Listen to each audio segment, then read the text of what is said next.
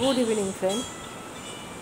আমি কদিন আগে ইউটিউবে একটা ভিডিও দেখছিলাম বলাটা ভুল হবে, আমি ভিডিওটা দেখি, কৃষ্ণকালী মায়ের ভিডিওটা দেখি। তো সেদিন দেখলাম যে কিছু লোক এসে মন্দিরটাকে ভাঙচুর করছে এবং অকথ্য ভাষা বলছে, মারধর ইত্যাদি ইত্যাদি করছে, সব কিছু করছে এবং সমস্ত জিনিসপত্র ভাঙচুর করে মায়ের জিনিসপত্র সমস্ত মাটিতে ফেলে পা দিয়ে মারিয়ে ইত্যাদি ইত্যাদি। তারপরে পুলিশও দেখলাম এসছে, তারপরে দেখলাম কিছু রিপোর্টারও এসছে।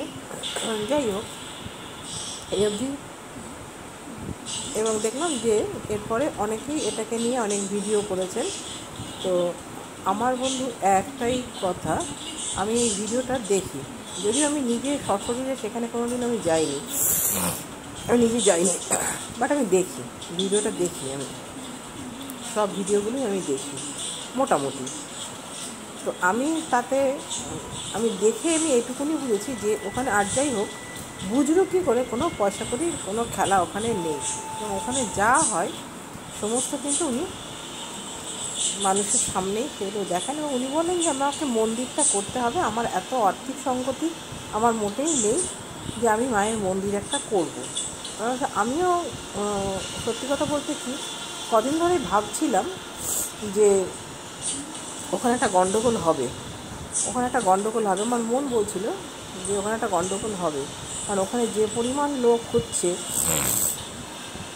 তাতে ওখানে পাড়া প্রতিবেশীরা একটা অবজেকশন জানাবে।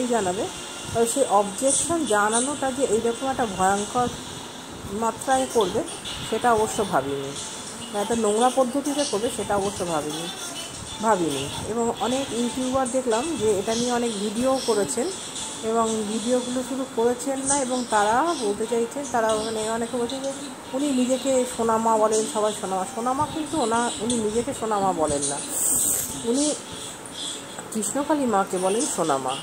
কৃষ্ণকালী জয়, কৃষ্ণকালী মায়ের জয়, জয় সোনা মায়ের জয়। এবার ভক্তরা বলেন যে মঙ্গলা মায়ের জয়। এবং ওখানে যারা আসেন তারা এতটাই উপকার পেয়েছেন, মানুষ তো বোকা নয় যে বিদেশ থেকে মানুষ ওখানে আসছে, তারা কিন্তু কেউ বোকা নয়, হ্যাঁ। এবং তারা একটা ভীষণভাবে একটা ওখানে সুফল পাচ্ছে, যার জন্য এত হাজারে হাজারে মানুষ এই গরমের মধ্যে এসে ওখানে লাইন দিয়ে ওখানে তারা পুজো দিচ্ছে, তারা মায়ের ওখানে দর্শন করছে। এবং এতে করে ওনাকে ভণ্ডর থেকে শুরু করে যাবতীয়, উনি চিটফান্ডে চাকরি করতেন, সেখান থেকে তাড়িয়ে দিয়েছে, হ্যান দিয়েছে, ত্যান দিয়েছে, যাই হোক না কেন, সেই মানুষটাও তো এই এত ভক্তের পেছনে সারাটা দিন যেভাবে পরিশ্রম করেন, এত কথা বলছেন যে উনি তো নিজেও অসুস্থ হয়ে পড়বেন। যাই হোক, মন্দির আবার খুলেছে, আবারও কিন্তু ঠিক সেই রকমভাবে, আগে তো মানুষরা এমনি হেঁটে আসছিল, এখন দেখলাম যে একটা বাস ভাড়া করে এসছে, মানুষ কিছু না পেলে মানুষ এত বোকা না যে কিছু উপকার না পেলে, কিছু অলৌকিক শক্তি সেখানে না পেলে তারা এখানে এমনি আসছে।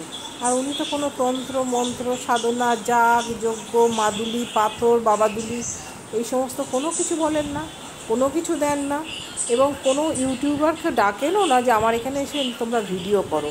তাহলে এটা কি বলতে হবে যে ইউটিউবাররা এই এত বড় একটা সুযোগ থেকে বঞ্চিত হচ্ছে বলে তারা কি এই কাজটা করলো? আমি জানি না, আমি জানতে চাইছি কেন করলো।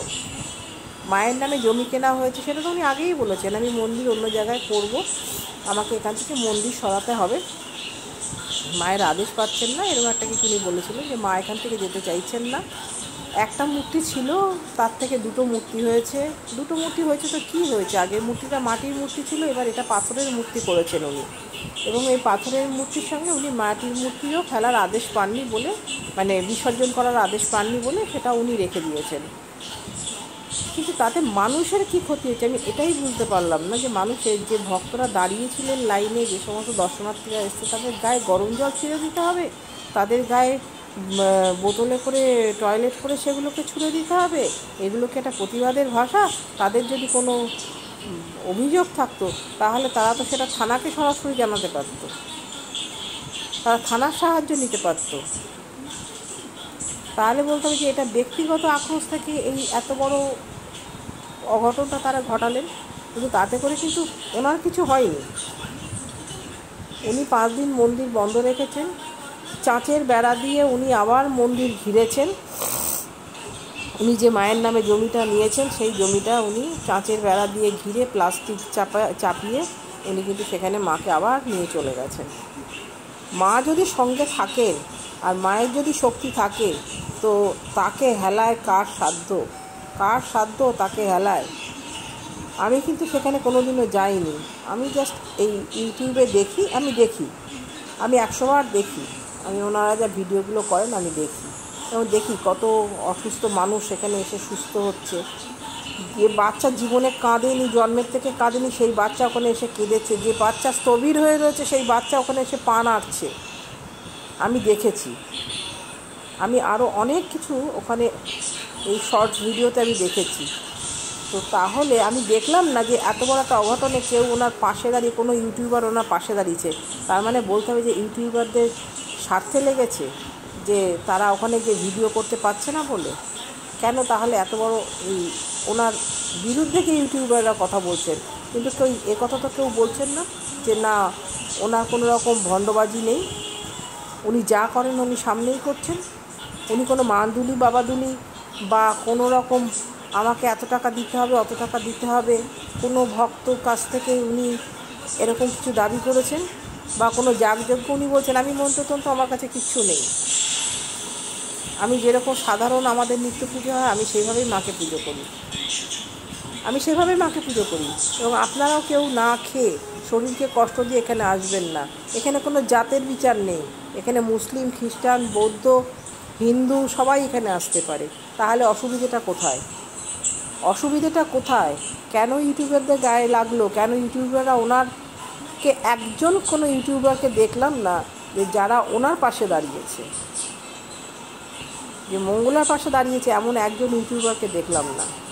আমি মঙ্গলাই বলছি, যদিও মঙ্গলার পাশে মঙ্গলার একটা টাইটেল আছে, এবং তাছাড়া মঙ্গলাকে সবাই মা বলেই ডাকে, মঙ্গলা মা বলে, কিন্তু মা বললে পরে এখানে আবার হয়তো অনেক রকম বিতর্ক উঠবে, তাই আমি মঙ্গলাই বলছি। কিন্তু কাউকে দেখলাম না তো যে মঙ্গলার পাশে দাঁড়িয়েছে। কেন দাঁড়ালো না? দাঁড়ানো তো উচিত ছিল। ওনার অন্যায়টা কোথায়? উনি আজকে কয়েক মাসের মধ্যে এত ভক্ত ওনার কাছে এসেছে। ওনার স্বামী সকালবেলায় পেপার বা দুধ এরকম একটা কিছু দিতেন, তারপর ওনার ফুচকার ব্যবসা, সেই ফুচকা উনিই ভাজতেন, উনিই সেই সমস্ত সব রেডি করে দিতেন। সেখান থেকে আস্তে আস্তে ওনাদের এই উত্থান, মন্দিরের দৌলতে ওনাদের উত্থান। উনি তো অস্বীকার করছেন না, মা দিয়েছেন, মা শুধু আমাকে একা না, মা সমস্ত অগণিত ভক্তকে হাত ভরে মা দিচ্ছেন। তাহলে সমস্যাটা কোথায়? যা মাকে দান করা হচ্ছে তা তো উনি সঙ্গে সঙ্গে সেগুলো ভিডিও করে দেখিয়ে দিচ্ছে, যা ভক্তরা পাচ্ছেন তা তো উনি ভিডিও করে সঙ্গে সঙ্গে সেটাকে দেখিয়ে দিচ্ছেন। তাহলে ওনার অপরাধটা কী? কেন ওনার পাশে কোনো ইউটিউবার আসলো না? কেন ওনার সপক্ষে কেউ একটা কথা বলল না? বলাটা কিন্তু উচিত ছিল। এতটা অমানবিক হয়ে যাওয়াটা কিন্তু উচিত না। যেভাবে মন্দিরটাকে ভাঙচুর করলো, মন্দিরের ভেতরে ঢুকে তছনছ করলো, এটা কিন্তু চুরিচামাটি করলো। তা তাদের যদি সৎ উদ্দেশ্যই থাকতো তাহলে চুরিচামাটি করে সমস্ত জিনিসপত্র এদিক ওদিক ছুঁড়ে ফেলতো না, নিজেদের বাড়ির ছাদে ছুঁড়ে ফেলতো না। যাই হোক বন্ধুরা, আপনাদের বিচারের ভার আপনাদের হাতে ছাড়লাম। আপনাদের কমেন্টের মাধ্যমে বিচার করবেন, আপনাদের বিচার্য বুদ্ধি জানাবেন। আমি শুধু এইটুকু বলবো, উনি কোনো তন্ত্রমন্ত্র উনি দেন না, ওনার কাছে কোনো রকম তাবিজ কবচ উনি বিক্রি করেন না, উনি কোনো পাথর বিক্রি করেন না, উনি শুধু মায়ের নাম করতে বলেন, আর কিচ্ছু বলেন না। কিন্তু ওনার কিন্তু একটাই মন্ত্র, শুধু মায়ের নাম। এতে আমি জানি না এর মধ্যে কী অপরাধ আছে। সবাই ভালো থাকবেন। আশা করব আপনাদের কাছ থেকে কিছু উত্তর পাবো।